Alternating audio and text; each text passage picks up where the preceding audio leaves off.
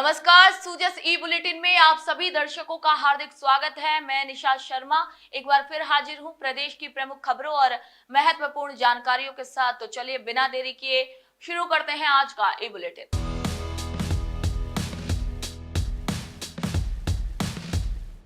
सबसे पहली खबर की ओर रुख करेंगे, जहां भारत के लिए गर्व का पल है। पीएम मोदी को सर्वोच्च साइप्रस का नागरिक सम्मान मिला है।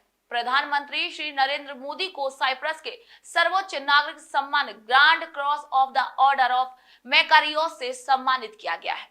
यह सम्मान उन्हें साइप्रस के राष्ट्रपति श्री निकोस क्रिस्टोडोलिडेस द्वारा प्रदान किया गया। प्रधानमंत्री श्री नरेंद्र मोदी ने यह सम्मान 140 करोड़ भारतीयों की ओर से स्वीकार करते हुए साइप्रस सरकार और वहां की जनता के प्रति आभार भी व्यक्त किया है। उन्होंने इसे भारत साइप्रस के वर्षों पुरानी घनिष्ठ संबंधों को समर्पित किया, जो साझा मूल्यों और आपसी विश्वास पर आधारित है। प्रधानमंत्री ने कहा कि यह सम्मान भारत के वसुधैव कुटुंबकम जैसे महान दर्शन की वैश्विक मान्यता का एक प्रतीक है और ये शांति, सुरक्षा, संप्रभुता और समृद्धि के प्रति दोनों देशों की अटूट प्रतिबद्धता को भी दर्शाता है। ये भारत के लिए गर्व का क्षण है, जो अंतर्राष्ट्रीय मंच पर भारत की प्रतिष्ठा को और भी ऊंचा करता है। अगली खबर की ओर रुख करेंगे, जहां पर नीट 2025 टॉपर महेश कुमार ने मुख्यमंत्री श्री भजनलाल शर्मा से भेंट की।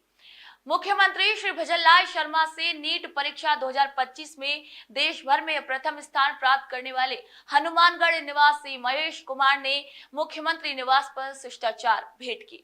मुख्यमंत्री ने महेश की असाधारण उपलब्धि पर हार्दिक बधाई देते हुए उनके उज्जवल भविष्य के लिए भी शुभकामनाएं दी हैं।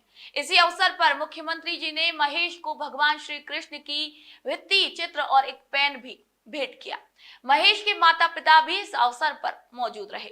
आइए अगली खबर की ओर रुख करते हैं, जहां पर राजस्थान देश का पहला एआई आधारित मिनरल एक्सप्लोरेशन राज्य बन गया है। प्रदेश में खनिज अन्वेषण को और अधिक सशक्त बनाने की दिशा में एक नई पहल की शुरुआत की गई है, जिसके अंतर्गत राजस्थान में पहली बार खनिज खोज में आर्टिफिशियल इंटेलिजेंस और मशीन लर्निंग तकनीक का प्रयोग किया जाएगा। प्रमुख सचिव खान एवं भूविज्ञान श्री टी रविकांत ने ये बताया है कि पायलट प्रोजेक्ट के तहत भीलवाड़ा, भरतपुर और चित्तौड़गढ़ के कुछ क्षेत्रों में एआई तकनीक से खनिज संभावित क्षेत्रों की पहचान की जाएगी और इस परियोजना को Rajasthan state mineral exploration trust RSMET, केंद्र सरकार और मान्यता प्राप्त निजी एजेंसियों के सहयोग से संचालित किया जाएगा।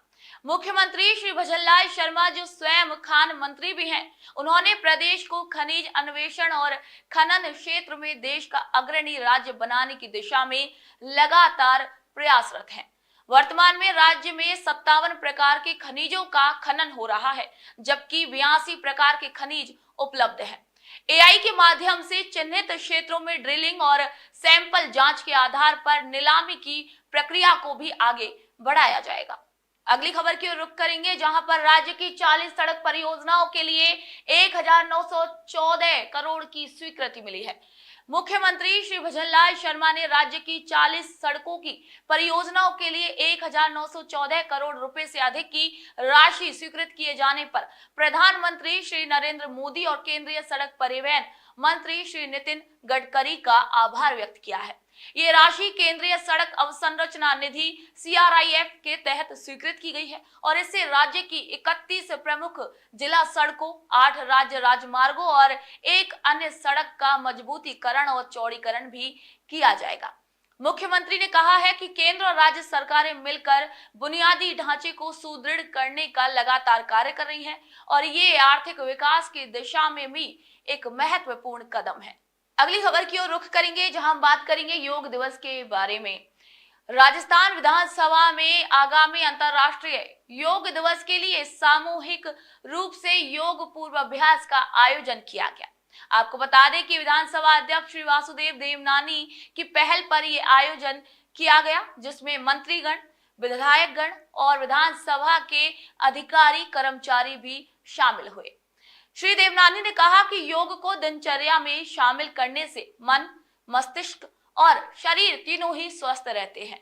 उन्होंने प्रधानमंत्री श्री नरेंद्र मोदी का आभार व्यक्त करते हुए ये कहा कि उनके प्रयासों से योग को वैश्विक पहचान मिली है। इस वर्ष योग दिवस की थीम एक पृथ्वी एक स्वास्थ्य रखी गई है, जो भारत के आध्यात्मिक ज्ञान को वैश्विक स्वास्थ्य समाधान के रूप में भी प्रस्तुत करती है।